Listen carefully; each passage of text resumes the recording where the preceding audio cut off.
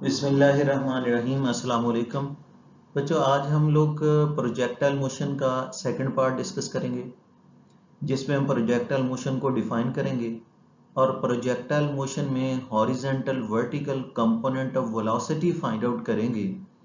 Horizontal and vertical component of velocity find out करेंगे after time T. So start करते हैं अपना topic.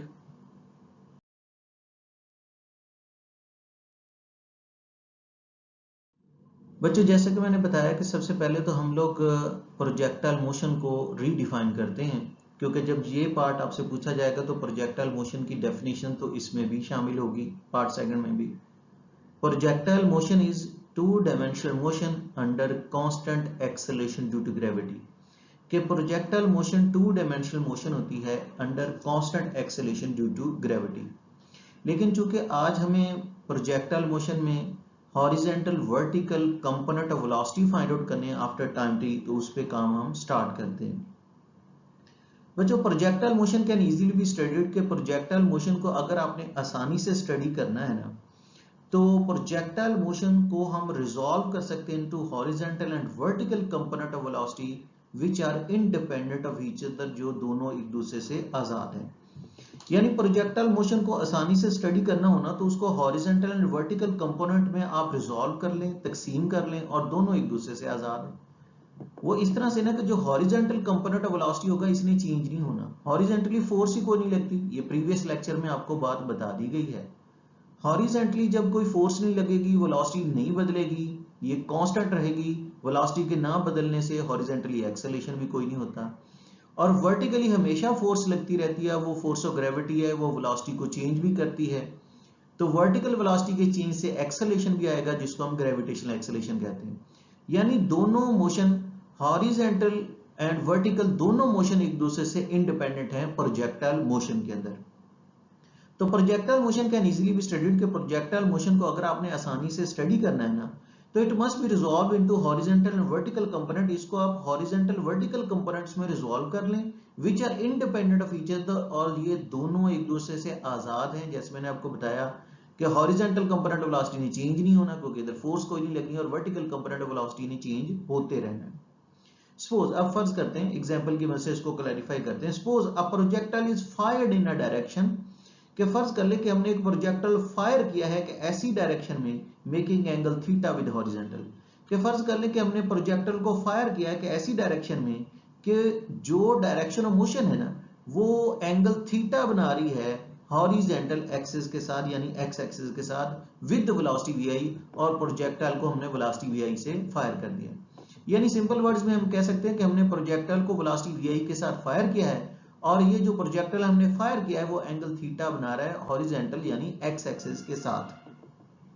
अब जिस वेलोसिटी वी से हमने इसको फायर किया है, उस वेलोसिटी वी के दो कंपोनेंट बनेंगे, एक हॉरिजॉन्टल कंपोनेंट होगा, दूसरा वर्टिकल कंपोनेंट होगा। हॉरिजॉन्टल कंपोनेंट वी एक्स होगा, वर्टिकल कंपोनेंट वी वाई होगा। और हम जानते हैं कि वी एक्स किसके इक्वल होगा, वी कॉस ऑफ थीटा। ये 9th में भी बताया जाता है, जो एक्स कंपोनेंट होता है V X V cos of theta के इक्वल होता है। वी वाई किसके इक्वल होगा, वी साइन थीटा के रिस्पेक्टिवली। यानी दो कंपोनेंट बना लिए ना, वी एक्स वी वाई, जिनको हम वी कॉस ऑफ थीटा और वी साइन थीटा कहते हैं। अब बात कुछ इस तरह से है कि चूंकि हम पहले भी डिस्कस कर चुके हैं कि horizontal acceleration will be zero. कि हॉरिजॉन्टल एक्सेलरेशन तो जीरो होगा, क्योंकि हॉरिजॉन्टली यानी दाएं बाएं से तो कोई फोर्स नहीं लगती। हॉरिजॉन्टल एक्सेलरेशन तो जीरो होगा, क्योंकि अगर एयर फ्रिक्शन को नजरअंदाज कर दें, हॉरिजॉन्टली कोई फोर्स नहीं लगती, दाएं बाएं से कोई फोर्स नहीं लगती। जब हॉरिजॉन्टली फोर्स नहीं लगती, वेलोसिटी चेंज नहीं होती, तो हॉरिजॉन्टल एक्सेलरेशन कितना होगा, जीरो। एयर फ्रिक्शन लगने की वो हमने इग्नोर कर रखी है, तो हॉरिजॉन्टल एक्सेलरेशन तो जीरो होगा। लेकिन वर्टिकली फोर्स लगती रहती है, वाई एक्सिस के साथ फोर्स लगेगी और ये वेलोसिटी तो चेंज होगी, तो वर्टिकल एक्सेलरेशन जो होगा ए वाई इज इक्वल टू किसके इक्वल होगा, जी के। अब हम ना पहले तो horizontal component of velocity find out करते हैं आफ्टर टाइम टी, जिसको हम वीएफएक्स कहेंगे, क्योंकि आफ्टर टाइम टी ये इनिशियल नहीं बल्कि फाइनल हॉरिजॉन्टल वेलोसिटी हो जानी है। तो अब हम horizontal component of velocity find out करते हैं आफ्टर टाइम टी, के टाइम टी के बाद इसकी वैल्यू क्या होगी। उसके लिए हम लोग जाहिर है first equation of motion use करेंगे, vf is equal to vi plus at। जो नीचे x सब्सक्रिप्ट लगाए गए हैं ना, ये हॉरिजॉन्टल कंपोनेंट ऑफ वेलोसिटी की वजह से लगाए गए हैं, क्योंकि हमें horizontal component of velocity find out करना है आफ्टर टाइम t, जो कि vfx है।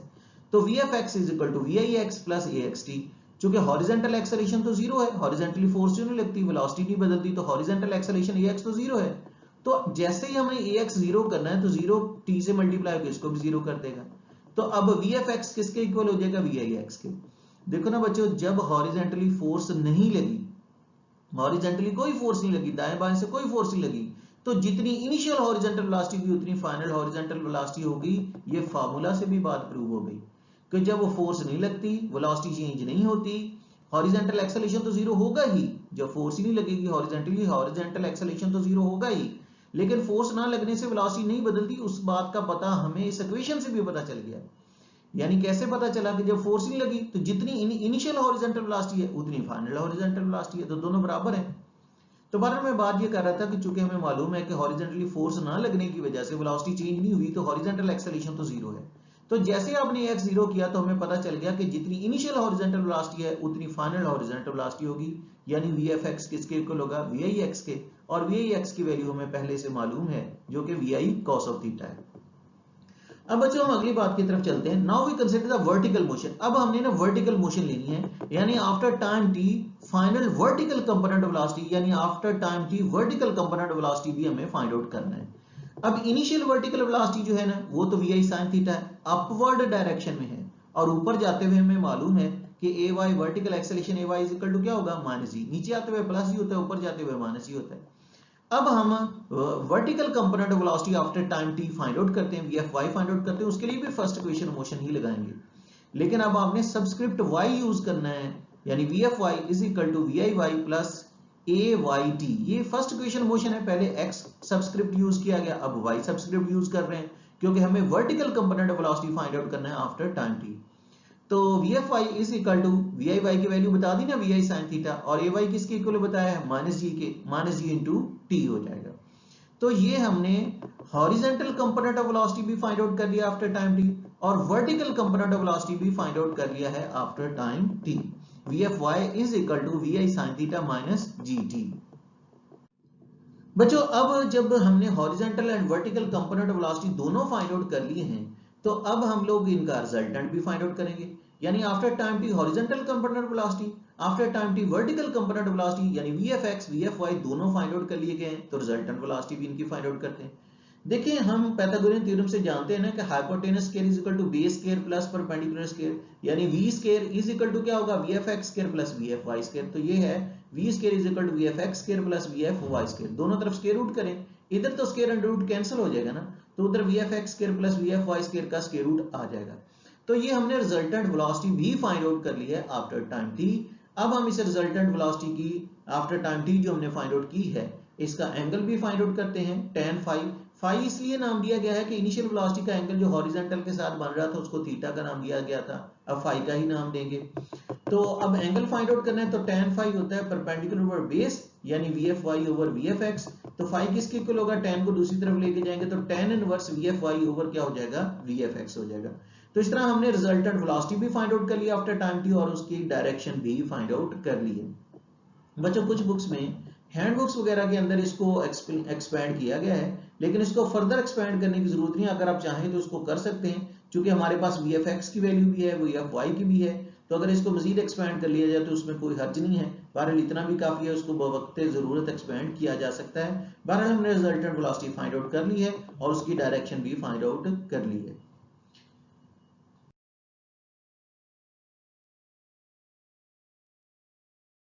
बच्चे ये था हमारा प्रोजेक्टाइल मोशन का सेकंड पार्ट, जिसमें हमने प्रोजेक्टाइल मोशन को डिफाइन भी किया, क्योंकि क्वेश्चन इसी तरह से होगा कि प्रोजेक्टाइल मोशन को डिफाइन करना होगा, इसके horizontal vertical component velocity after time T find out करने होंगे, और साथ में रिजल्टेंट वेलोसिटी भी फाइंड आउट करनी होगी, उसकी डायरेक्शन भी तो वो सब किया गया है।